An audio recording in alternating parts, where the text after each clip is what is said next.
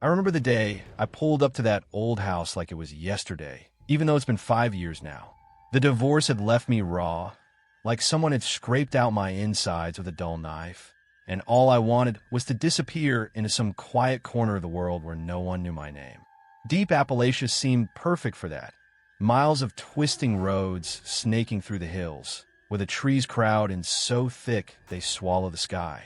I found a place online, a fixer-upper tucked into a narrow holler, the kind of valley that feels like it's been forgotten by time. The realtor warned me it was remote, no cell service half the time, and the nearest town was a good 30-minute drive over pothole gravel. But that's what I craved. Isolation, a chance to rebuild without anyone prying into my mess. The house itself was a relic, probably built back in the 40s, with sagging porches and windows that rattled in the wind. It sat on a couple of acres, mostly overgrown with kudzu and blackberry brambles, backing right up to the national forest. There was only one neighbor I could see from my property, a weathered cabin about 100 yards away, separated by a ragged line of brush and a dry creek bed. The first time I spotted the old man there, he was chopping wood in his yard, his axe swinging in slow, deliberate arcs. He didn't look up, didn't wave. I figured he was just another mountain hermit, the kind you hear about in these parts, folks who prefer their own company to the world's noise. His name was Harlan, or at least that's what the realtor mentioned in passing. Keeps to himself, she said, with a shrug that suggested it wasn't worth dwelling on. Those first few weeks were a blur of unpacking and patching up the place. I'd wake up to the sound of birdsong filtering through the mist, make coffee on the wood stove, and spend my days sanding floors or clearing brush. The quiet was therapeutic at first, a balm on my frayed nerves. No ex-wife calling to argue about assets. No friends checking in with pity in their voices. Just me, the hills, and the occasional rustle of wildlife in the undergrowth. Harlan's cabin was always there in the periphery, smoke curling from his chimney on cooler evenings, but he might as well have been a ghost. I saw him maybe once or twice a week, tending his garden or sitting on his porch with a pipe, staring off into the trees. I thought about introducing myself properly, maybe taking over a six-pack as a neighborly gesture, but something held me back. The way the holler curved, his place felt like it was watching mine, even if he wasn't. It started small, the kind of thing you brush off as your mind playing tricks in a new environment. One night, maybe a month in, I couldn't sleep.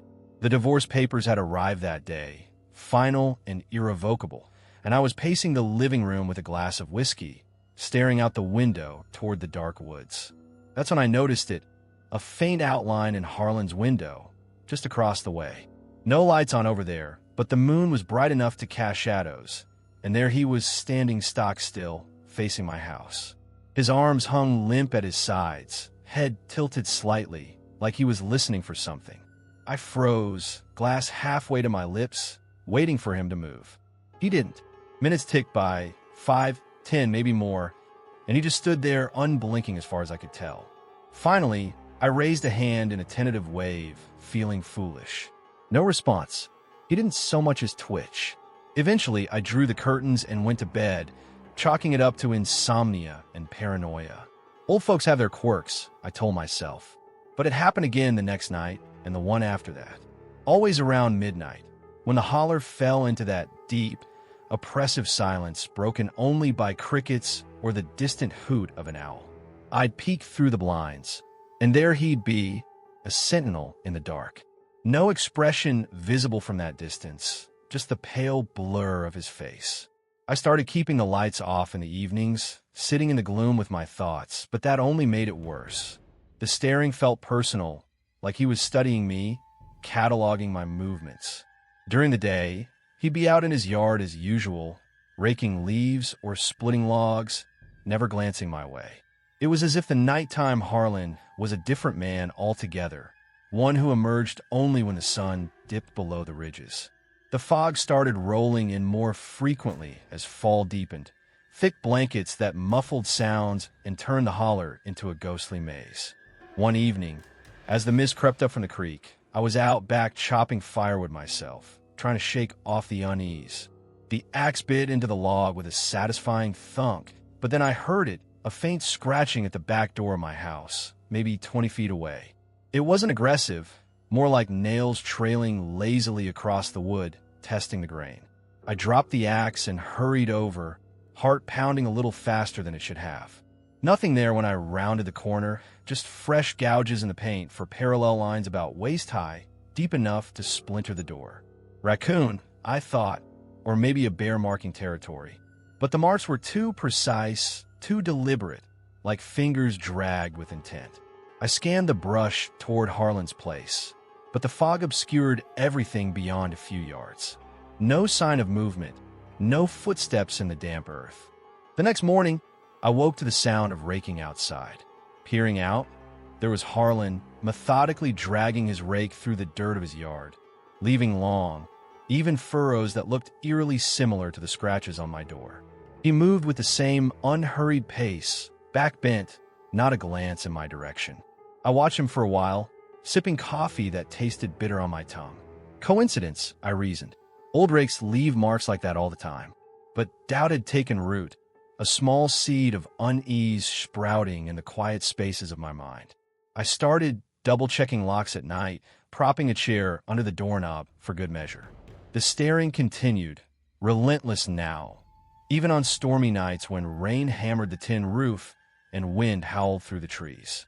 I'd catch him there, water streaming down his window, his thin hair plastered to his scalp, eyes fixed on my house like beacons in the dark.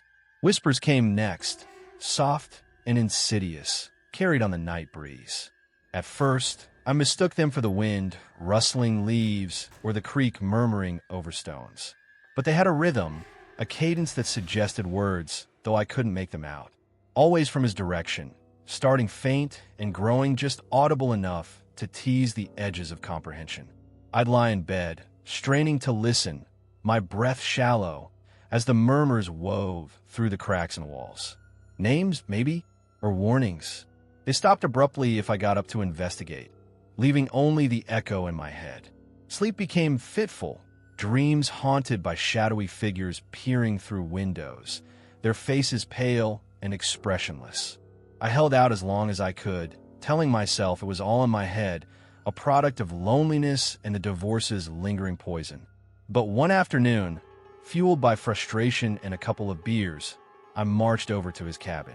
The path between our places was overgrown, thorns snagging my jeans as I crossed the dry creek. His door was a faded blue, paint peeling in strips, and I pounded on it with more force than necessary.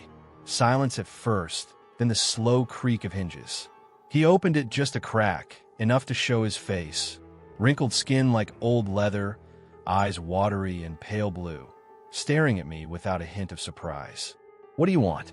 I demanded, my voice sharper than intended. "Why are you watching my house every night? And those scratches, what the hell is that about?" He didn't blink, didn't flinch, just regarded me for a long moment, then said in a voice like dry leaves scraping together, "You're the one watching me." The door clicked shut before I could respond, leaving me standing there, fists clenched, the whispers starting up again in my mind, even though it was broad daylight. That night, the murmurs were louder, almost insistent, as if urging me towards something. I paced the house, flashlight in hand, checking every window. Around 2 a.m., a soft thump on the porch drew me outside, shotgun propped against my shoulder just in case. There on the weather boards was a small bundle, dried herbs tied with rough twine, the kind you might use for folk remedies. I knelt to pick it up, the air thick with the scent of sage and something earthier, like turned soil. Untying it carefully, my fingers trembled as a lock of hair tumbled out, dark and curly, identical to mine. Not just similar mine. I recognized the texture, the slight wave from where I'd let it grow out. How? When? I hadn't seen him near my place, hadn't felt anyone close. Panic rose like bile, and I hurled the bundle into the brush, retreating inside and bolting the door. I've boarded up the windows facing his side since then, nailing plywood over the glass to block out the view. The house feels smaller now, cave-like, but safer in a way. The staring, I assume it continues, though I can't see it. The scratches come sporadically, faint echoes on the wood, and the whispers filter through despite my efforts, murmuring secrets I still can't decipher. I've thought about leaving, packing up, and fleeing back to the city, but something holds me here, a twisted curiosity or maybe fear of what might follow. Locals in town, when I venture out for supplies, just shake their heads when I mention Harlan. Old family's been there forever, one said, avoiding my eyes. Best not to stir things. What is he, really? A lonely old man with dementia? Or something the hills have shaped over decades? A watcher born of isolation? The quiet isn't peaceful anymore. It's alive, pregnant with whatever waits behind that veil. And sometimes in the dead of night, I wonder if he's right, if I'm the one who's been watching all along, inviting whatever this is into my life. The dread settles deeper with each passing day, a shadow that no amount of light can chase away, leaving me to question every sound, every glance into the dark. Let's move to story 2. The valleys of Deep Appalachia have a way of folding in on themselves, like the land itself is trying to keep secrets buried under layers of mist and ancient oaks. I grew up in one of those shadowed hollows, where the sun struggles to pierce the canopy most days, and the air hangs heavy with the scent of damp earth and wild honeysuckle. Our family home was a modest clapboard house, passed down from my grandparents, sitting on a sliver of land that backed right up to the widow Ellis's property. The fence between us was old and rotting, splintered pine boards leaning at odd angles, overgrown with ivy that seemed to thrive in the perpetual shade. As kids, my brother and I were warned not to cross it. Not because of any real danger, my parents said, but out of respect for the old woman's privacy. She'd lived there longer than anyone could recall, a fixture in the community like the weathered barns dotting the hillsides. Folks in town spoke of her in hushed tones, calling her a healer or a hermit, depending on who you asked. She tended a garden that never quite flourished, full of twisted roots and herbs that wilted under their own weight, and she rarely ventured beyond her yard except for the occasional trip to the general store for flour or thread. From my earliest memories, I avoided that fence. It wasn't fear exactly, just an instinctive unease, like the way animals skirt certain paths in the woods without knowing why. I'd play in our yard, kicking a ball against the shed or climbing the apple tree near the front, but my eyes would slide away from that barrier, as if pulled by some invisible force. The widow Ellis was always there, a stooped figure in faded dresses, her white hair pinned in a bun that looked like it hadn't been washed in weeks. She'd move slowly through her plot, kneeling to pull weeds or scatter seeds, her hands caked in soil that never seemed to wash clean. Sometimes, she'd glance up and catch me staring, her eyes sharp and unblinking under heavy brows, but she'd never wave or smile. Just hold that gaze a beat too long before turning back to her work. My parents dismissed any questions I had about her. She's just old and set in her ways, my mom would say, stirring supper on the stove. Been alone since her husband passed. Poor thing. Leave her be. That summer I turned 12. The heat settled in like a thick blanket, turning the air sticky and the nights restless. The hollow felt more isolated than ever, with thunderstorms rolling through every few days, leaving the ground muddy and the creek behind our property swollen. My brother had gone off to stay with cousins in the next county, leaving me to my own devices. I'd spend afternoons exploring the edges of our land, collecting smooth stones from the creek or whittling sticks with my pocket knife. It was during one of those lazy dusks, as the sun dipped behind the ridges and painted the sky in bruised purples, that I first noticed the shadows. I was sitting on the back porch, shelling peas for dinner, when movement caught my eye along the fence line. At first, I thought it was branches swaying in a breeze. We had plenty of tall maples overhanging from her side. But there was no wind that evening, the air still and heavy. These shadows danced erratically, elongated shapes stretching thin across the boards, humanoid but distorted, like figures seen through warped glass. They flickered as if cast by a fire, though no flames were visible, no smoke rising from her chimney. I set the bowl down and edged closer, heart thumping a little faster, but they vanished as I approached, leaving only the fading light.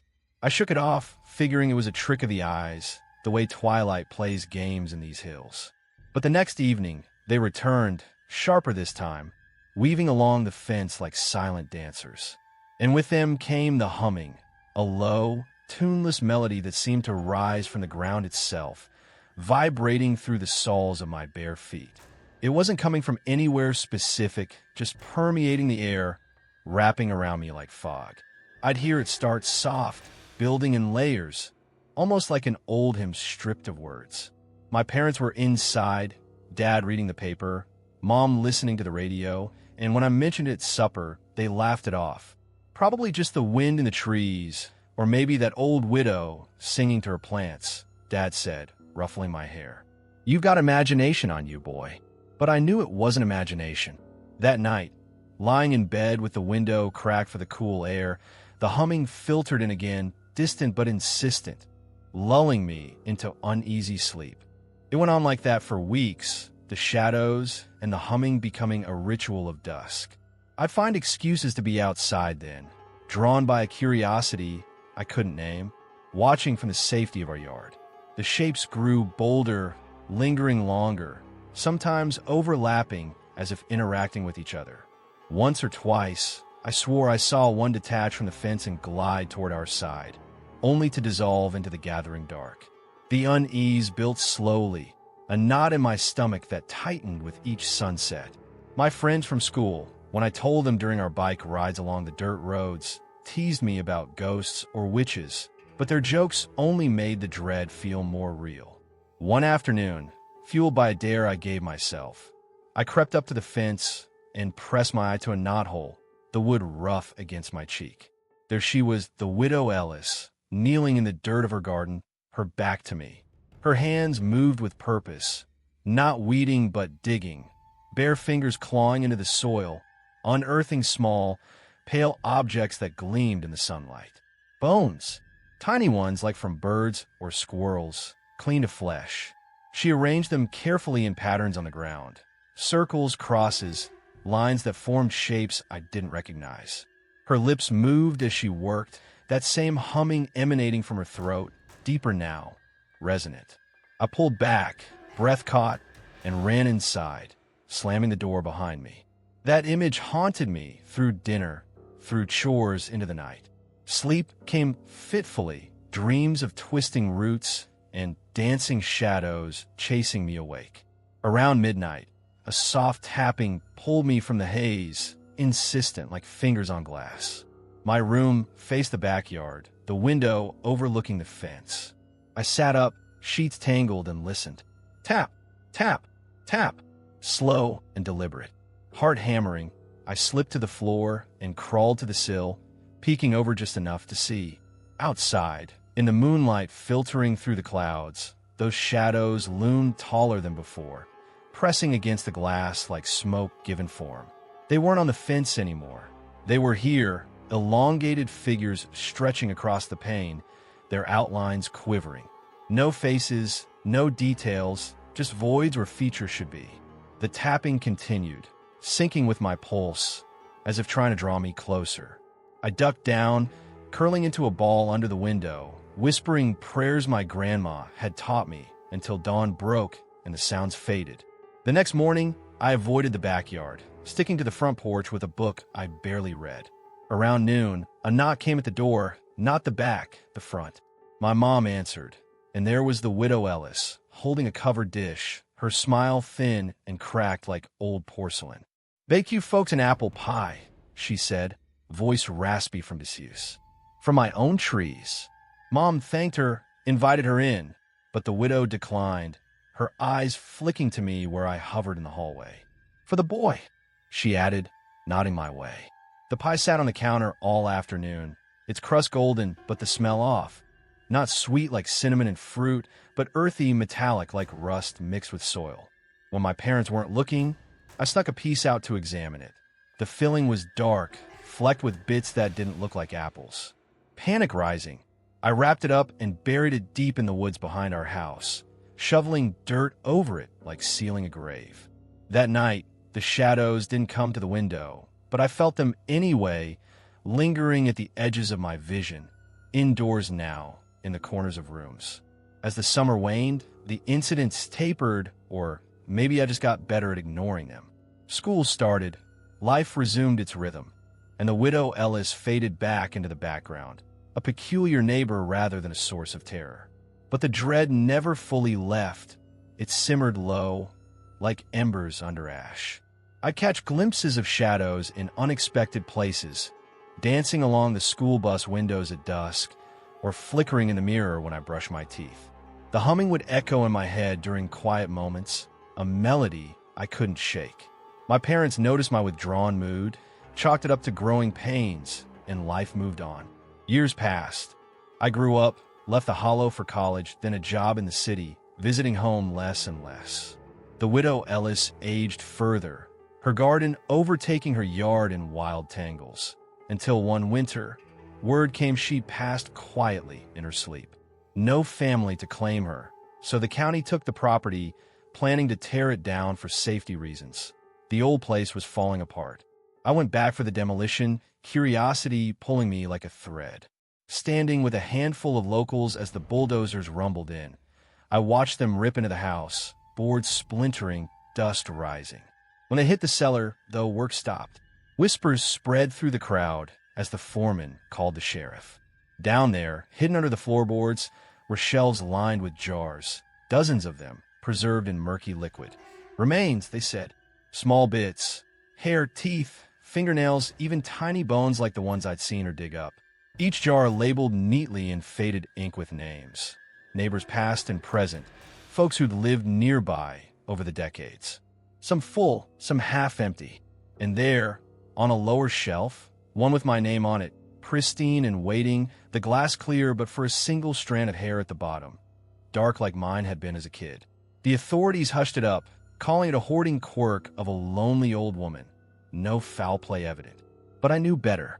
Those shadows weren't tricks of light. They were echoes, remnants of whatever she'd collected, bound to her rituals. I don't live in the Hollow anymore, but the dread follows, planted deep like one of her twisted roots. At dusk, wherever I am, I feel them stirring, elongated shapes at the periphery, humming faintly in the quiet. What was she gathering? Souls? Memories? And why mine? The questions linger, unanswered in the dark corners of my mind, growing quietly as the years stretch on. These mountains don't forget, and neither do I. The shadows ensure that, waiting patiently for their time. Let's move to story 3. The mist clung to the hills like a shroud when I first drove up that winding dirt road to my grandparents' cabin in the heart of Deep Appalachia. It was early spring, the kind where the air still bites with winter's remnants, and the trees were just starting to bud, their branches skeletal against the gray sky. I'd inherited the place after they passed, both in their sleep, the doctor said, peaceful and natural for folks in their 80s. But there was something abrupt about it, like the mountains had claimed them overnight without warning. I hadn't visited much in recent years, life in the city keeping me busy with a job that drained my soul. But now, with the layoff hitting hard, it felt like a sign. A fresh start, or at least a place to lick my wounds in solitude. The cabin was remote, tucked into a narrow valley where cell service died a mile back, and the nearest neighbor, well, there was only one visible, a sagging shack about 50 yards off through a thicket of rhododendrons and fallen logs. The rest was wilderness, national forest stretching endless in every direction. I pulled up in my old truck, tires crunching over gravel overgrown with weeds, and stepped out into the quiet. The air smelled of pine and damp earth, a far cry from the exhaust fumes I'd left behind. The cabin itself was sturdy, log-built with a stone chimney, but time had worn it, peeling paint on the shutters, a porch that creaked underfoot. I spent that first day unloading boxes, sweeping out dust bunnies, and airing the place out. That's when he appeared. I was hauling in firewood from the stack out back when a voice called from the tree lean, rough like gravel under boots. New blood. I turned to see a man emerging from the brush, tall and lean, maybe in his 60s, with a beard streaked gray and clothes that looked like they'd been mended a dozen times. His smile stretched wide, too wide, showing yellowed teeth, and his eyes darted over me, the truck, the cabin, like he was cataloging everything. "Name's Jed," he said, extending a hand calloused and dirt-ingrained. I shook it, introducing myself. and he nodded. Your kin were good folk, kept to themselves mostly. He lingered a bit, asking about my plans, but his gaze kept flicking to the windows as if checking for something inside. Eventually, he tipped an imaginary hat and shuffled back toward his shack, vanishing into the mist like he'd been part of it all along. Those initial weeks were a mix of labor and reflection. I'd wake to the chorus of birds at dawn, brew coffee on the old stove, and tackle repairs. Fixing leaky pipes, patching the roof where shingles had slipped. The isolation was a bomb at first. No emails pinging, no traffic roar. Just the wind sighing through the pines and the occasional rustle of deer in the underbrush. Jed's shack was always there in the corner of my eye, smoke curling lazily from its tin chimney on cooler mornings. But he kept his distance after that first meeting. I'd see him sometimes chopping wood or tending a small garden plot, his movements deliberate and unhurried. I thought about waving, building some neighborly rapport, but the valley's quiet had a way of making interactions feel unnecessary, almost intrusive. It started with the tools. Small things, easy to dismiss as my own forgetfulness in a new place. I'd left a hammer on the porch railing one evening after hanging shelves, only to find it gone the next morning. Searched the yard, the shed. Nothing. Shrugging it off, I borrowed one from the toolbox inside and carried on. But that afternoon, there it was, sitting on the kitchen table, polished to a shine, the handle wiped clean of the grime it had accumulated. I stared at it, a chill prickling my neck despite the warm stove. Had I brought it in absent-mindedly? Maybe. A few days later, the same with my pruning shears, missing from the garden bed, then reappearing neatly on my nightstand, blades oiled and sharp. I started locking the doors at night, though the cabin's old locks were more suggestion than security. The valley felt a touch less welcoming then, the trees pressing closer, their shadows lengthening earlier in the day. Footprints came next, circling the porch each morning like a ritual.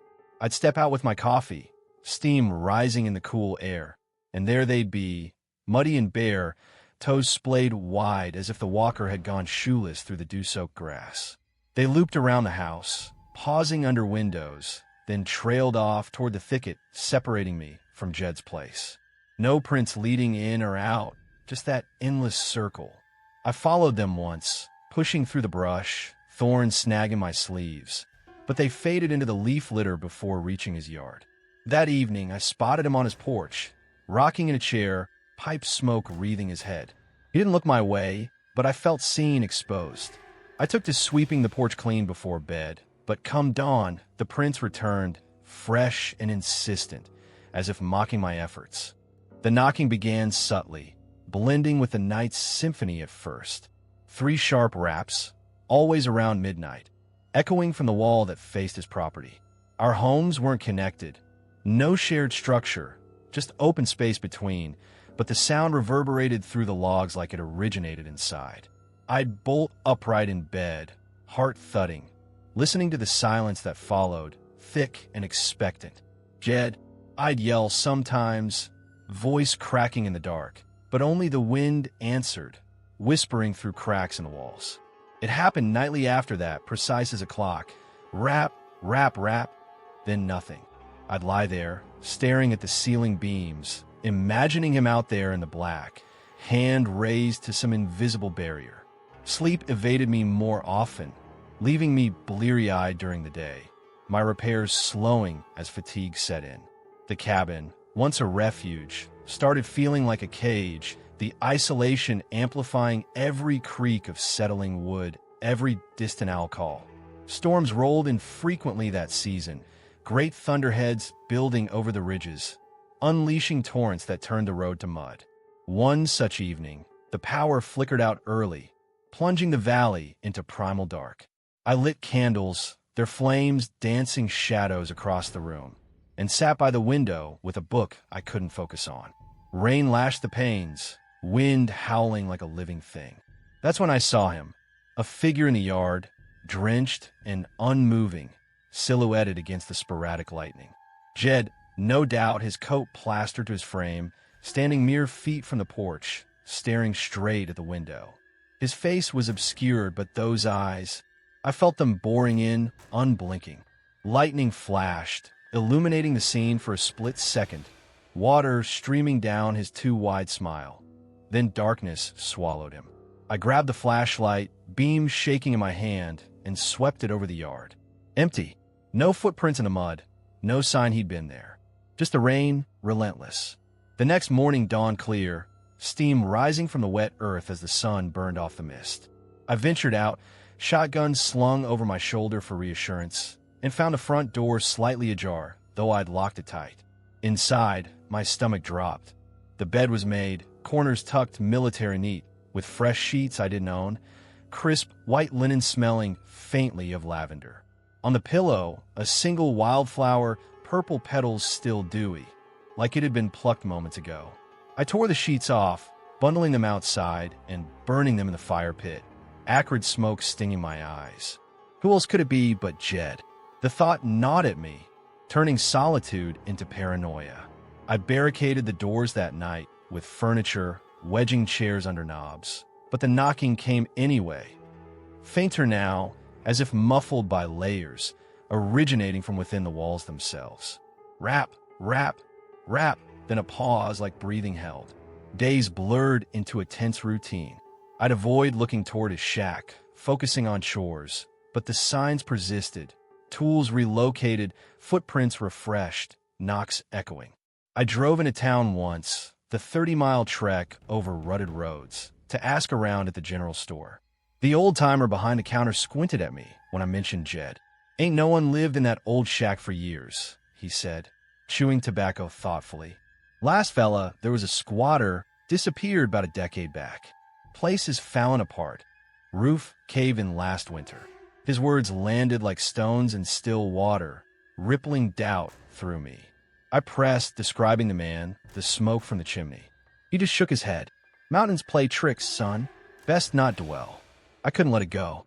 That afternoon, fueled by a mix of fear and resolve, I hiked over, shotgun in hand, the brush denser than before, as if the land resisted.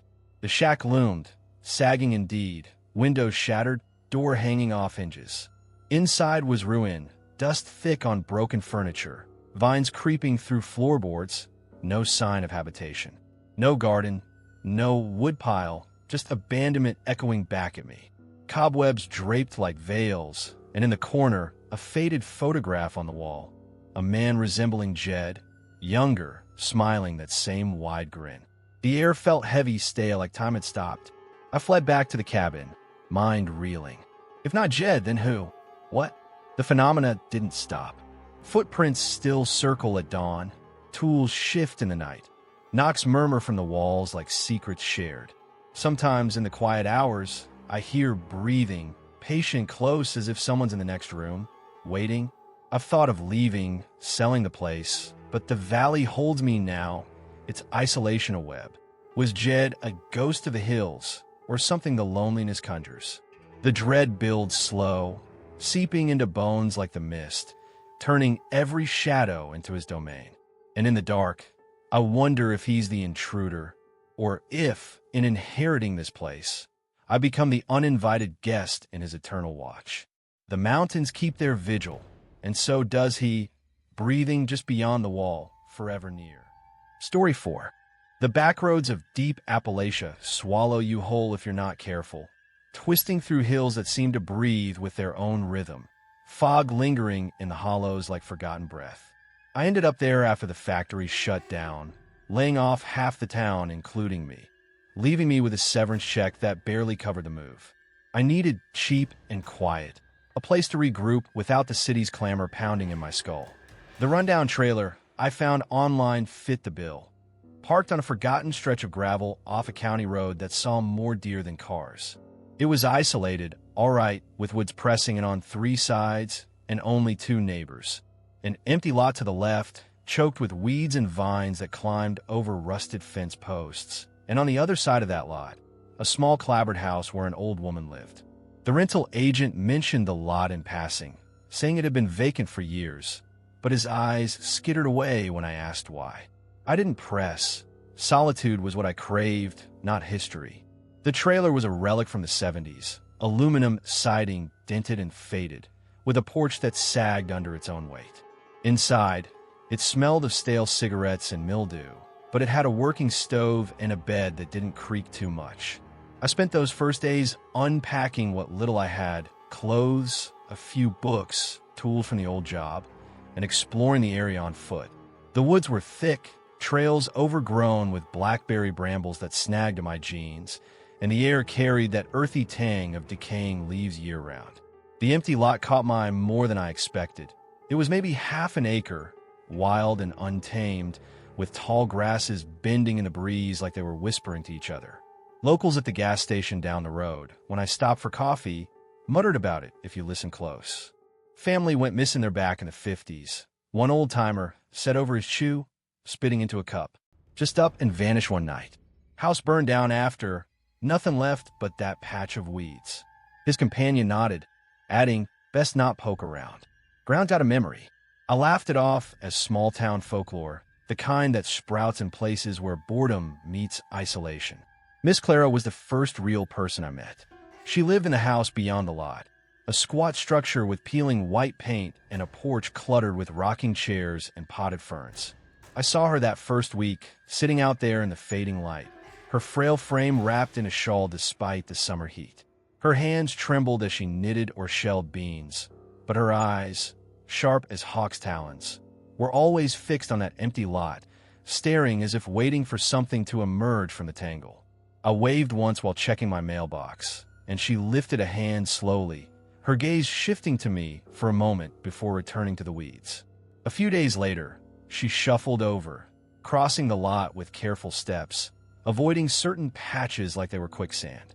Up close, she was older than I'd thought, skin like crumpled paper, hair pulled into a thin bun. "Welcome to the neighborhood," she said, voice quivering like wind through dry leaves. "Name's Clara. Been here 60 years. She handed me a basket of tomatoes from her garden, red and misshapen but ripe. We chatted briefly about the weather, the poor cell signal, but her eyes kept drifting back to the lot. "You hear anything at night?" she asked suddenly, tilting her head. I shook my head, and she nodded, murmuring, "Good. Keep it that way." Nights in the trailer were pitch black, the kind of dark that presses against your eyes, unbroken except for the occasional moon filtering through threadbare curtains. At first, sleep came easy, exhaustion from the move pulling me under. But around the third week, the whispers started. Soft at the beginning, like wind, rustling paper, filtering through the thin walls on the side facing the lot. I'd wake around 2 a.m., lying still, straining to make sense of them. Garbled voices, muffled as if coming from underground, conversations overlapping in murmurs too low to decipher. Words? Maybe. Accents thick with the hills, drawling and slow, but no clear sentences. I'd sit up, heart ticking faster, and listen until they faded with the dawn. The next morning, everything normal. The lot swaying in the breeze, Clara on her porch, staring. I chalked it to the trailer's age, maybe pipes settling or animals in the crawlspace. But it persisted, night after night, the whispers growing a touch clearer, like voices rising from deep wells. One evening, as dusk settled heavy and purple over the hills, I stepped outside with a flashlight, the beam cutting through the gloom. The whispers were there, faint but insistent, drawing me toward the lot. I swept the light over the weeds, half expecting to see raccoons or foxes scurrying away. Instead, across the way, Clara's silhouette framed in her window, her lips moving silently, eyes locked on the lot. No sound from her direction, but the whispers seemed to sync with her motions, rising and falling. I called out, "Miss Clara? That you?" But she didn't respond, just kept mouthing whatever silent words she held. I retreated inside, locking the door, the trailer feeling smaller, the walls thinner. Sleep evaded me that night, the murmurs a constant undercurrent, like echoes of arguments long buried. Fog rolled in thick the following dawn, blanketing the back roads in a white haze that muffled the world. I ventured out early, coffee in hand, to clear my head. That's when I noticed the paths, trampled swaths through the lot's tall grass, weaving erratically like drunkard steps, converging on a sunken spot in the center where the ground dipped unnaturally, soil dark and freshly turned. No footprints, just flattened vegetation, as if something heavy had dragged across. I knelt at the edge, poking with a stick, but the mist obscured details. Unease coiled in my gut, cold and tight. Back inside, I busied myself with chores, but my mind wandered to the local stories, the vanished family, the burned house. What had happened there? Fire? Accident? Or something the hills swallowed without trace? Clara knocked that afternoon, her trembling hands clutching a jar of homemade jam, strawberry from the looks, sealed with wax paper and twine. "For you," she said, thrusting it forward. "Fresh made." Her voice quivered more than usual, eyes darting to the lot behind me. "They don't like strangers," she added softly, almost to herself. I took the jar, puzzled. "Who doesn't?" She glanced up, her sharp eyes watering. "The ones who stay. Just be careful what you hear at night." She turned away before I could question further, shuffling back across the lot, stepping gingerly around those trampled paths. The jam sat on my counter untouched. Something about its deep red hue unsettled me, like blood mixed with berries. That night, the whispers returned louder, no longer garbled, but forming shapes. Names, perhaps, called in those thick accents. And then, clear as a bell amid the murk, my name. Whispered once, then repeated, urgent and low, like a summons from the earth. I couldn't ignore it anymore. The next day, I marched over to Clara's, the lot's weeds brushing my legs like grasping fingers. She answered the door slowly, her frail form blocking the dim interior. "What do you know about those whispers?" I demanded, voice sharper than intended. "And that lot? What happened there?" She smiled sadly, wrinkles deepening, and pointed a gnarled finger toward the sunken spot. "Their family," she murmured. "Mine from way back. Disappeared one storm night, but they never left. Ground holds em close. You hear em cause you're close to now." Her words hung in the air, nonsensical yet weighted with truth. She closed the door gently, leaving me standing there, the whispers echoing in my head even in daylight. Curiosity turned to compulsion. That evening, as thunder rumbled distant over the ridges, I grabbed a shovel from the trailer's shed and headed to the lot. The fog had lifted, but clouds scudded low, casting long shadows. I started at the sunken spot, soil soft underfoot, yielding easily to the blade. Digging felt wrong, like disturbing a grave, but I pressed on, sweat mixing with the humid air. A foot down, the shovel hit something solid, no soft. Fabric, rotted and damp. I cleared the dirt carefully, heart pounding, revealing cloth wrapped tight around bones, small ones, perhaps a child's arm, yellowed with age. Bile rose in my throat. I dropped the shovel, staggering back. The whispers stopped abruptly then, the night falling into a silence so profound it rang in my ears. Across the way, Clara's light burned steady in her window, her silhouette watching. I covered it back up, hands shaking, and fled to the trailer, barricading the door. Sleep didn't come. Instead, I paced, the jar of jam mocking me from the counter. The whispers were gone, but the quiet was worse, pregnant, watchful. Eyes on me, from every direction, unseen but felt, like the lot itself stared. I left a week later, packing in haste, the trailer abandoned to the rental company.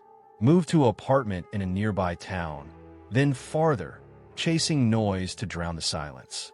But the voices follow, embedded now in the quiet moments, garbled murmurs at night, calling my name in accents thick with the hills. Clara's words echo too. Their family. Am I part of it now, tied to that ground?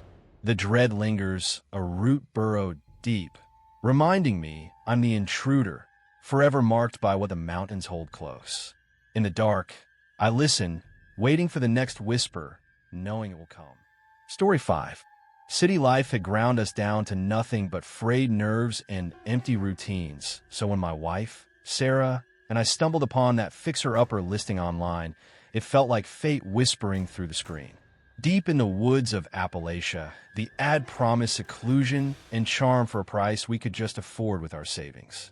We packed up our apartment in a weekend, loaded the car with boxes, and our old mutt, Buster, and drove those winding roads until the GPS gave up and the trees closed in like old friends keeping secrets. The cabin was everything the photos showed. Rustic logs weathered by decades, a stone fireplace dominating the living room, and acres of dense forest wrapping around it like a protective shroud. It needed work, creaky floors, drafty windows, a roof that leaked in heavy rains. But we saw potential, a chance to rebuild not just the house, but ourselves. The air was crisp, scented with pine and earth, and the quiet. God, the quiet was a revelation after years of honking horns and neighborly shouts through thin walls. Our only visible neighbor was an old couple in a cabin barely glimpsed through the thick stand of oaks and maples separating our properties. We'd spot their place on walks, a squat structure with a slanted tin roof, flower boxes under the windows overflowing with wilted blooms. The Hargroves, we learned from the realtor in passing, had lived there for ages. Quiet folk, he said, chewing on a toothpick, keep to themselves but harmless. On our first day, as we unloaded the car, we saw them. Mr. Hargrove, tall and stooped with a white beard, and Mrs. Hargrove, shorter, her hair in a neat bun, both waving politely from their porch. We waved back, smiling, but they didn't approach. No welcome basket or curious questions, just that distant gesture. Then they turned inside, the screen door banging shut with a faint echo through the trees. Those early weeks were idyllic in their simplicity. Sarah and I fell into a rhythm. Mornings brewing coffee on the wood stove, days spent sanding floors or painting walls, evenings on the porch with Buster at our feet, watching fireflies dance in the twilight. The forest felt alive but benevolent, birdsong filling the air, squirrels chattering from branches. We'd take long walks with Buster, his tail wagging as he sniffed trails that wound deeper into the woods. The Hargroves remained peripheral, occasional glimpses of them tending their garden or sitting on their porch, always at a distance. We talked about inviting them over once we settled, but the isolation bred a laziness about it. Why disrupt the peace? It started with the smells, subtle at first, easy to attribute to the woods themselves. On windless nights, as we lay in bed with the windows cracked for the cool air, a peculiar odor would drift in, rotting leaves mixed with something sweeter, like decay, masked by wilting flowers. It wasn't overpowering, just enough to wrinkle your nose and wonder. Probably compost from their garden, Sarah suggested one morning over breakfast, stirring her oatmeal. I nodded, but it nagged at me. Our compost pile smelled earthy, not this cloying mix. The scent came sporadically, always from their direction, seeping through the trees like an unwelcome guest. Buster noticed too, his hackles rising sometimes as he stared into the dark, a low whine escaping his throat. Then came the lights. We'd be reading by lamplight in the living room when I'd glance out the window and see faint glows from their cabin. Not the steady warmth of lamps, but erratic flickers at odd hours, like candles guttering in a draft. 2 a.m., 3, times when folks should be asleep. The lights cast long shadows that seemed to stretch unnaturally toward our house. Fingers of darkness probing the tree lean. Maybe they're night owls, I said to Sarah, trying to sound casual, but she'd frown, her book forgotten in her lap. We started drawing the curtains earlier, but the awareness lingered, turning the cozy cabin into a space that felt watched. One crisp autumn evening, as leaves crunched underfoot, I took Buster for his usual walk along the property line.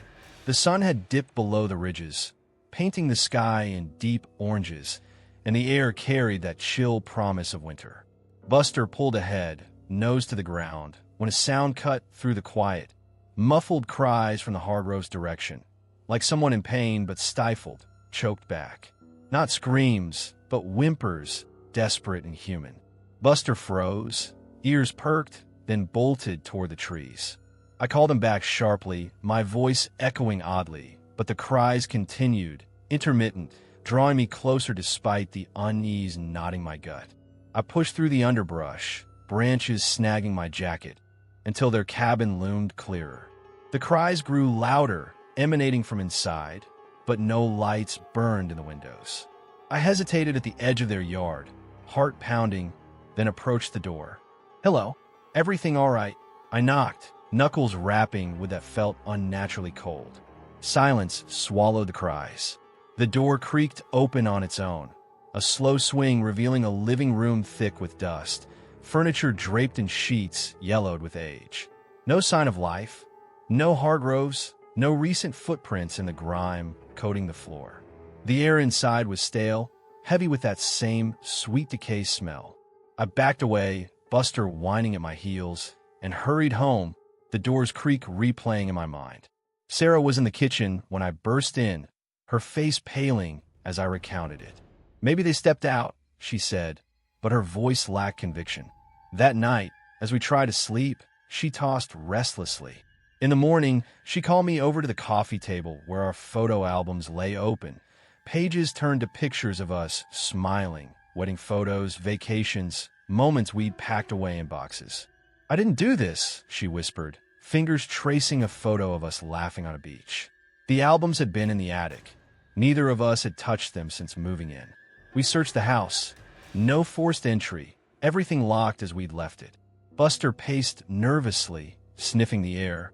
We installed cameras the next week, cheap ones from the hardware store in town, positioning them around the porch and inside facing doors.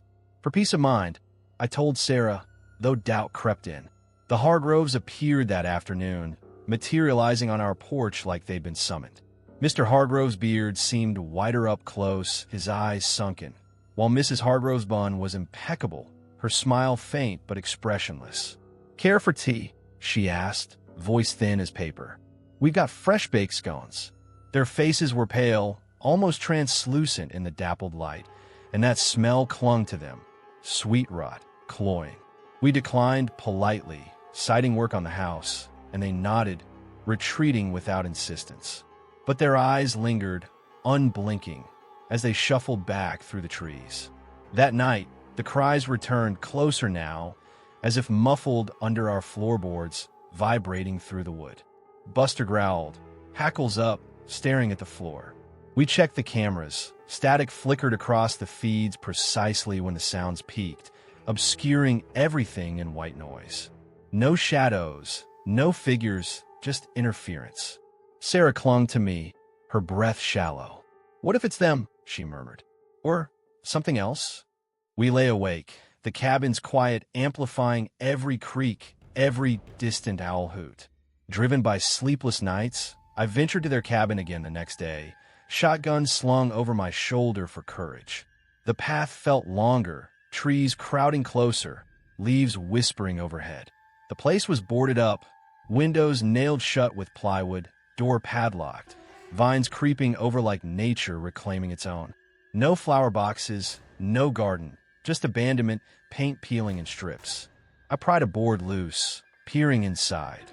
Dust motes danced in the beam from my flashlight, revealing empty rooms, furniture gone, walls stained with age.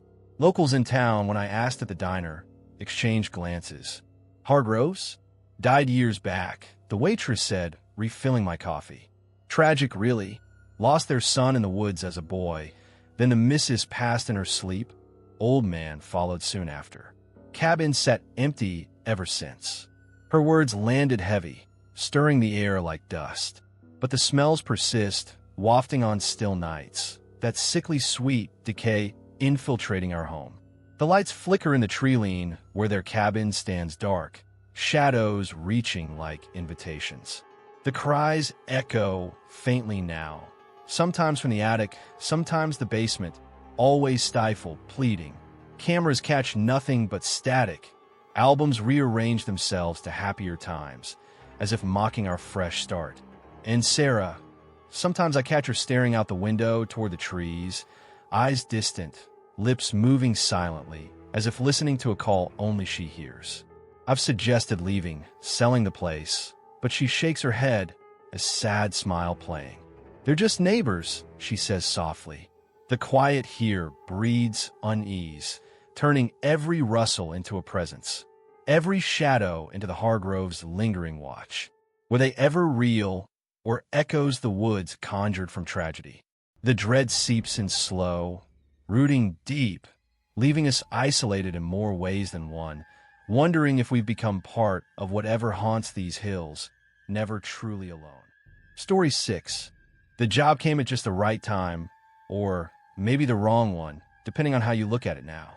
I'd been drifting after my dad passed. No ties left in the city, just a string of dead-end gigs that paid the bills but hollowed me out inside. The ad was simple. Caretaker needed for a historic estate in rural Appalachia. Live-in cottage provided. Light maintenance and groundskeeping. The pay was modest, but the isolation appealed to me more than money ever could. I drove out there in late fall, the leaves turning fiery reds and golds before shedding to bare branches. The roads narrowing until pavement gave way to gravel and then dirt. The estate sat in a secluded hollow, a grand old house built in the 1800s, now owned by some distant heirs who rarely visited. My quarters were a small stone cottage near the main drive, cozy with a fireplace and a view of the creek that wound through the property like a vein. Across that narrow creek, connected by an old wooden bridge arched just high enough to clear spring floods, was another home. A modest cabin with a tin roof and a chicken coop out back. That's where Ruth lived. I met her my second day, while hauling firewood across the bridge. She was in her yard, scattering feed for a flock of hens that clucked and pecked around her feet. She was older, maybe 70s, with gray hair twisted into a loose braid and clothes that looked hand-sewn, practical and faded. "You're the new keeper," she said, not a question, her voice carrying clear over the water's murmur. I nodded, introducing myself, and she just stared for a long moment, eyes pale and steady, before turning back to her birds. No smile, no welcome, but no hostility either, just that unblinking gaze that followed me as I crossed back. I figured she was another mountain recluse, the kind who'd lived her whole life in one hollow and viewed outsiders with quiet suspicion. The work suited me fine, clearing fallen branches after storms, patching fences, mowing the overgrown lawns around the big house. The hollow was peaceful in a profound way, the kind of quiet that settles into your bones, broken only by the creek's constant babble and the wind sighing through the ridges. Ruth kept to her routines too, tending her chickens at dawn and dusk, hanging laundry on a line that sagged between two posts, rarely venturing beyond her yard. I'd wave sometimes when our paths aligned near the bridge, and she'd nod faintly, but her stare always lingered, heavy and assessing, like she was measuring something in me I couldn't name. It didn't bother me much at first. Solitude was the point, after all. Twilight in the hollow had its own rhythm, the sun slipping behind the hills early and casting long shadows that pooled in the valleys. It was during those evenings, as I sat on the cottage porch with a cup of coffee cooling in my hands, that I first heard the echoes. They'd start faint, bouncing between the surrounding ridges. Her voice, unmistakable in its timbre, singing old hymns I'd heard in church as a kid. Amazing Grace, or Will the Circle Be Unbroken? The melodies familiar but twisted, distorted like a record played backward or underwater. The words slurred into something unintelligible, rising and falling in waves that seemed to come from everywhere and nowhere. I'd glance across the creek, but her cabin would be dark, no light in the windows, no figure on the porch. The singing would fade as night deepened, leaving only the crickets and the creek, but it left an odd resonance in the air, like the hills themselves held the tune. Feathers began appearing soon after, white and brown from her chickens, I assumed. I'd find them on my doorstep each morning, arranged in perfect circles, plumes overlapping just so, still warm to the touch, as if freshly plucked. Not scattered by wind or birds, deliberate patterns, sometimes 3 concentric rings, other times a spiral leading inward. I'd sweep them away, scattering them into the grass, but the next day, fresh ones waited. Buster, the estate's old hound who'd adopted the cottage as his own, would sniff them warily, hackles raised, before retreating inside. I crossed the bridge once to ask Ruth about it, thinking maybe her birds were escaping, but she just stared from her yard, feed bucket in hand, and said nothing. Her eyes followed me back, that same heavy gaze pressing between my Rainy days were frequent that season, great sheets pouring from slate-gray skies, turning the creek into a rushing torrent and the bridge slick underfoot. One such afternoon, With thunder rumbling distant and the air thick with ozone, I decided to confront her about the singing. It had kept me up the night before, weaving into my dreams until I woke disoriented, the distorted hymns echoing in my skull. I pulled on a slicker and crossed the bridge, boots thudding on wet wood, the chickens huddled under their coops overhang. Her cabin door was ajar, curtains drawn, but through the window I saw her, rocking slowly in a chair by the cold hearth, surrounded by empty bird cages dangling from hooks in the beams. Dozens of them, wire and wood, doors hanging open, no birds inside. She rocked with mechanical rhythm, lips moving in that same tuneless song, eyes fixed on nothing.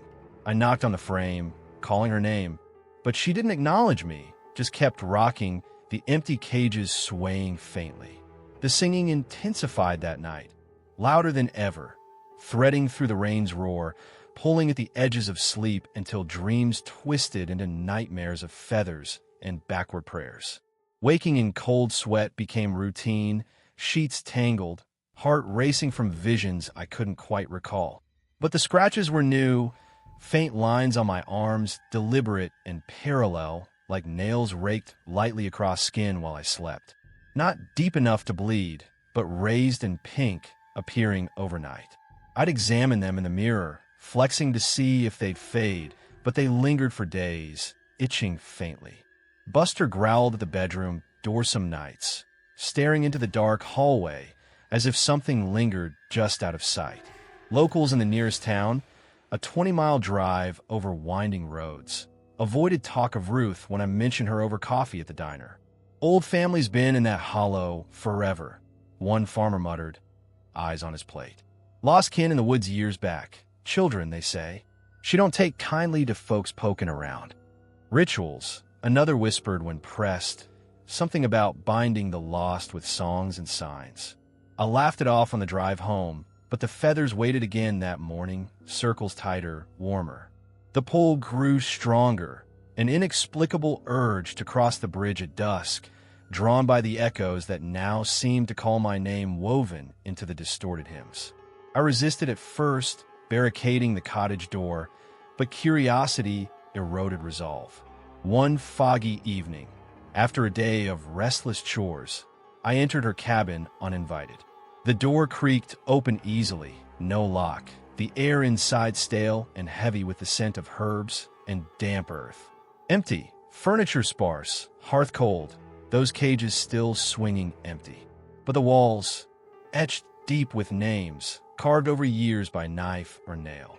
Dozens, hundreds maybe, faded and fresh, a litany of the lost. Children's names mostly, dates beside some. And there, near the window overlooking the creek, mine freshly scored, letters uneven but clear. The echoes swelled then, her voice surrounding me, backward hymns vibrating through the floorboards. I fled, heart hammering, the bridge slick under rushing feet. Ruth's gone now, or so the sheriff said when I reported it weeks later. Cabin abandoned, no trace of her, chickens scattered into the woods. But the echoes persist, resonating inside me at twilight. Pulling toward the creek with the tide, I fight daily.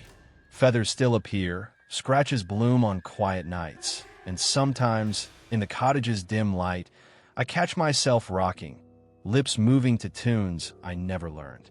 The hollow holds its secrets close, the soil watchful, every step a trespass on ground that remembers. Ruth wasn't guarding her lost kin. She was gathering, binding wanderers like me to the chorus. The dread seeps, slow, ancient, and patient, leaving me to wonder if I'll cross that bridge one dusk and not return. Just another name etched for the next caretaker. The mountains don't let go easy, and her presence clings, a quiet song in the blood, waiting for the circle to close. Story 7. My brother's disappearance hit me like a slow-moving storm, the kind that builds over the ridges for days before unleashing its fury. One morning he was there, texting about a hiking trip into the backcountry, and then nothing. No body, no trace, just search parties combing the trails for weeks before giving up to the vastness of these mountains. The grief hollowed me out, turning the city into a cage of memories I couldn't escape. So I did what he would have done. Packed a bag, sold most of my stuff, and headed deeper into Deep Appalachia, chasing the peace he'd always talked about finding in the wild. I found a duplex rental online, cheap and hidden in the ridges, the kind of place where the road ends and the forest takes over. It was 2 units sharing a thick log wall, mirrored layouts, with a view of nothing but trees crowding close and a creek murmuring far below. The landlord, an older guy from town, handed me the keys with a shrug.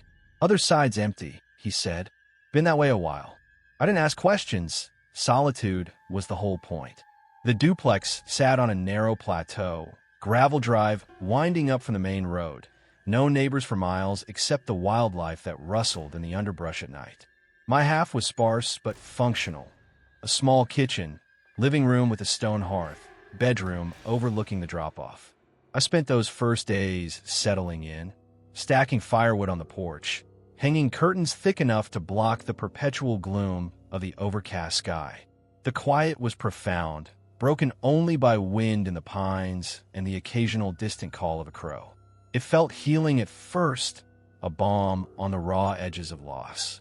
I'd sit on the porch with coffee, staring into the mist that clung to the valleys, thinking about my brother and how he'd loved places like this, remote, untamed, where man could lose himself without apology. Glimpses came early, subtle enough that I dismissed them as tricks of tired eyes. Late one evening, as I carried groceries from the truck, I caught movement at the corner of my vision, a hunched figure slipping around the side of the building toward the other door, quick and silent. No car in the shared drive, no footsteps on gravel. By the time I turned, nothing but swaying branches. I chalked it up to a deer or shadow, locked my door tight, and went inside. But the awareness lingered, a faint prickle at the back of my neck, like the ridges themselves were watching. Sound started filtering through the shared wall soon after. At first, just shuffling feet in the dead of night, slow drags across floorboards that mirrored my own pacing when insomnia hit. I'd freeze in bed, listening as the steps paused, then resumed, always on the other side of that thick barrier. Low mutters followed, indistinct voices, one-sided conversations too muffled to parse, rising and falling like someone arguing with themselves. I pressed my ear to the wall sometimes, heart ticking faster, but the words stayed elusive, accents thick with the hills. Then the tapping, rhythmic, deliberate, like fingers on wood in patterns that suggested code. Dot dash dot, pauses precise. It would start around midnight, building in intensity until I'd pound back with my fist, yelling for quiet. The tapping would stop abruptly, leaving a silence that felt mocking, expectant. Minutes later, it resumed, softer but persistent, as if testing my patience. Mornings brought stranger discoveries. I'd take out the trash, only to find the bags rifled through overnight. Contents scattered subtly, cans rearranged, food wrappers unfolded as if inspected. Nothing taken, just disturbed. Inside, items shifted. A book moved from table to shelf, my boots aligned differently by the door, kitchen drawers closed when I'd left them open. Small violations, easy to blame on forgetfulness and grief, but the pattern gnawed at me. No signs of break-in, doors locked, windows secure. The other half remained silent during daylight. No smoke from its chimney, no lights flickering in its windows after dark. Yet the presence felt undeniable, a tenant unseen but active, mirroring my life in perverse ways. One midnight, the tapping changed. It spelled my name, slow, deliberate, over and over in Morse I'd learned as a kid from my brother during camping trips. My full name, pauses between letters precise. I sat bolt upright, sweat prickling despite the chill, flashlight in hand as I approached the wall. The vent near the floor offered a glimpse into the adjoining space, a small grate I pried loose with trembling fingers. Peering through, breath held, I caught it, an eye staring back, bloodshot and wide, unblinking in the dimness. Just one eye, pale iris ringed red, knowing and fixed on mine. I jerked back, great clattering, heart slamming against ribs. No sound from the other side, no retreat, just that gaze burned into memory. Notes appeared after that, slipped under my door in the night. Scraps of paper, yellowed and torn, handwriting cramped and urgent. They're watching.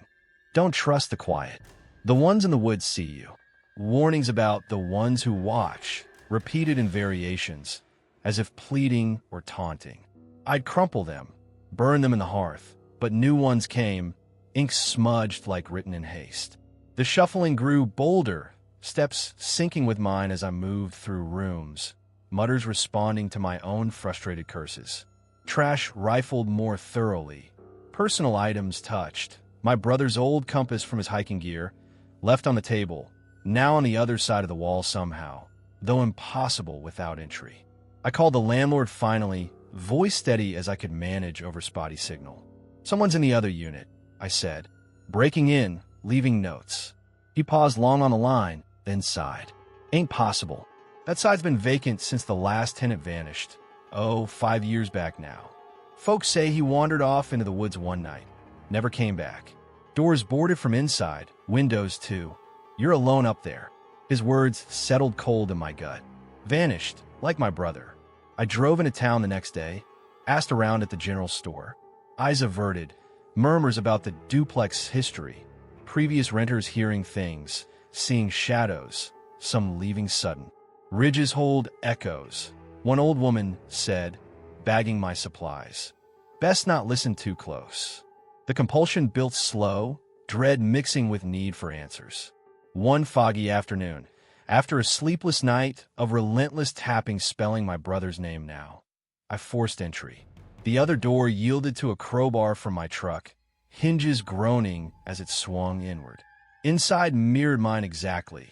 Same layout, same sparse furniture, but dust thick on everything, cobwebs draping corners, air stale and unmoving. No boards on windows from inside, just grime.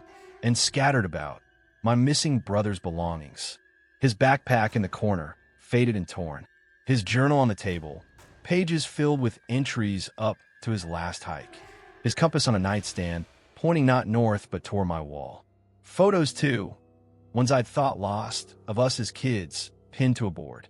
The space felt lived in yet abandoned, a shrine or trap. I fled that day, throwing belongings into the truck, gravel spinning as I tore down the drive. Moved to a motel first, then farther, chasing distance. But the tapping follows, echoing in empty rooms wherever I settle, rhythmic, patient. Mutters in the walls of new places, trash disturbed subtly. Notes appear again sometimes, under doors. He's waiting. The watchers know. That unseen tenant wasn't flesh, perhaps never was, a harbinger these hills conjure from loss, mimicking the vanished to draw others in. My brother's things weren't stolen. They were bait or echo. Solitude here invites it. Things that were familiarity but hunger for company in the darkest sense. The dread builds gradual, mist rising in valleys, until it engulfs completely. In quiet moments now, I hear shuffling just beyond walls, feel that bloodshot eye waiting. Was it him, my brother, trapped in some limbo, or something older the ridges, shaped from countless disappearances? The questions linger, unanswered, tapping eternal in the night, pulling me back toward those hidden duplexes where the unseen waits, patient for connection or consumption. The mountains conceal their horrors quiet, and once invited, they never truly let go.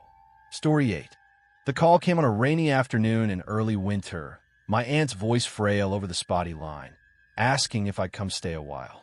She'd always been independent, living out there on the remote trails of Deep Appalachia in her little shack. No husband or kids to lean on after Uncle Ray passed years back. But the illness had crept up slow, lungs filling with fluid, strength ebbing like the creek in drought. I packed what I could fit in the truck, left my apartment lease to expire, and drove those winding back roads until the world narrowed to gravel and towering pines. The shack was just as I remembered from childhood visits. Hand-hewn logs chinked with moss, a tin roof that sang in the rain, porch sagging under the weight of time.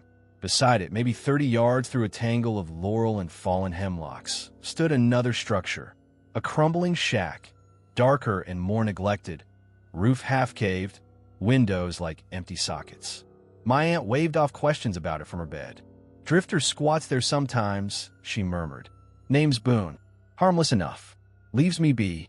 I settled into the routine quick enough, nursing her with soups and medicines fetched from town, chopping wood to keep the stove roaring against the damp chill that seeped through the walls. Boone appeared my third day, emerging from the tree-line like he'd been part of the forest all along. Tall and gaunt, clothes ragged and patched, beard wild and matted with leaves. He nodded as he passed, carrying a bundle of snares or foraging bags, eyes sharp under a battered hat. "Heard your aunt's poorly," he said, voice gravelly from disuse. "Holler if you need help splitting wood." Then he vanished into his shack, smoke curling from the chimney soon after. I thanked the empty air, uneasy for reasons I couldn't name. The trails around us were remote, no other homes for miles, just endless ridges folding in a mist, the kind of place where sound carries far, but help doesn't. His footsteps started soon after, crunching on the gravel path that looped between the shacks. At odd hours, dawn, midday, deep night, I'd hear them, irregular but persistent, circling my place without rhythm or purpose. I'd peek through the curtains and spot him sometimes, pausing at the tree-line, head cocked, as if listening to something only he could hear. Not threatening, just watchful, his silhouette blending with the trunks until he moved again. My aunt slept through most of it. Her breathing labored, but I'd sit by the window with coffee gone cold, tracking the sound as it faded toward his shack or melted into the woods. The isolation amplified everything. Wind rattling the shutters, owls calling from distant hollows, and those footsteps always returning. Nights brought deeper unease. Inside, as I paced the creaky floors checking on my aunt or stoking the fire, his steps would sync with mine. Perfect echoes through the thin walls, as if the shack itself mimicked me. I'd stop sudden, holding breath, and the echoing would pause too, then resume when I moved again. Not outside anymore, but inside somehow, layered over my own. I'd shine a flashlight out windows, beam cutting through the dark, but nothing, no figure, no tracks visible in the frost-kissed grass.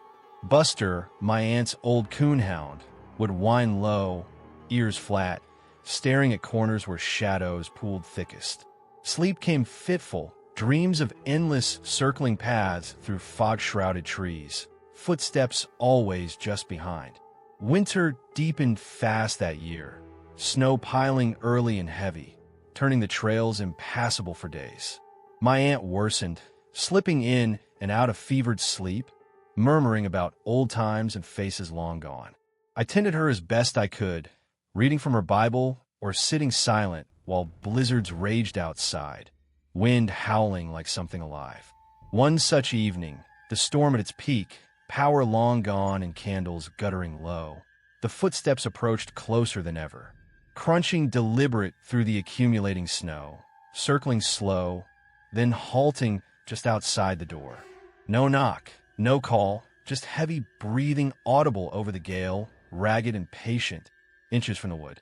I gripped the shotgun by the hearth, heart thundering, Buster growling deep in his throat. Minutes stretched eternal, breath fogging the air, until the wind shifted and the presence seemed to withdraw, steps fading into the whiteout. Morning broke clear and bitter, sun glinting off fresh drifts that buried the porch steps. I shoveled a path, expecting to see tracks leading to the door. Deep impressions from boots or bare feet in the pristine snow. Nothing. The ground undisturbed except my own prints from the threshold outward. But inside, faint tracks marred the floorboards, damp and muddy, leading from the door straight to my bedside where I'd sat vigil half the night. Toes pointed inward, as if someone had stood watching me sleep before retreating. I swept them frantic, erasing evidence, but the chill lingered, seeping into bones like the cold outside. My aunt passed 2 days later, peaceful in her sleep, face relaxed for the first time in weeks. I buried her in the small family plot up the ridge, snow muffling the shovel's bite into frozen earth. Alone now, truly, the shack felt larger and emptier, echoes sharper. I confronted Boone the next clear afternoon, trudging through the snow to his door, anger overriding caution. He answered slow, smoke wreathing his head from a pipe clenched in toothless gums. "Those footsteps," I demanded, voice cracking despite myself. Circling my place, coming inside. "What the hell are you playing at?" He regarded me steady, eyes watery but clear, then grinned wide, gaps dark. "Ain't me walking," he rasped. "It's what follows. Always has since I come here. You stirred it good, staying." He chuckled low, a sound like dry leaves scraping, and closed the door soft. His shack burned that week, flames leaping high against the night sky. Heat felt even from my porch. Locals said later it was the chimney, sparks on dry rot. Boone inside too drunk or asleep to escape. They found what was left of him among the ashes, little enough to bury in an unmarked spot. I watched the glow from my window, guilt and relief warring, the footsteps silent that night for the first time. But they returned soon after, bolder now without his presence to anchor them. Crunching gravel in summer thaw, sinking inside on creaky boards, pausing at thresholds. Sometimes at my bedside, halting close enough that I feel the weight of watching, breathing steady in the dark. I've left the shack twice since, renting rooms in town or staying with distant cousins, chasing normalcy. But the footsteps follow, manifesting in new places, hallways of motels, apartments with thin walls, always circling, sinking, stopping just out of sight. Locals here speak quiet of the hills, remembering wanderers, paths replayed, eternal, by something stirred in the ground. Boone wasn't the source, just another caught in it, his drifter life a warning ignored. His presence roused what was sleeping, binding it to me now. The quiet dread isn't the isolation anymore. It's knowing you're never truly alone in these mountains. Neighbors transcend the living, their steps a patient prelude, claiming ground one echo at a time. Some nights, lying still, I wait for the next crunch, the next pause at bedside, wondering if I'll follow Boone's path one blizzard evening. Stirring no more, just another set of tracks for the hills to remember. The trails wind endless, and something always walks them, forever nearing.